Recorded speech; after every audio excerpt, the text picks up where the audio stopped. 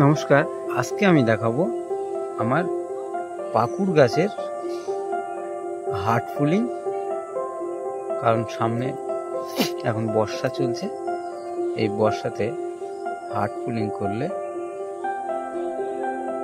ছোট ছোট শাখা পোশাখা ডালপালা এখন বেরোবে।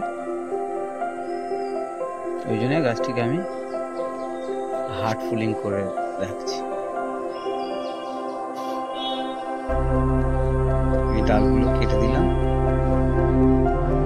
ওইখান থেকে আরো ছোট ছোট ডাল বেরোবে,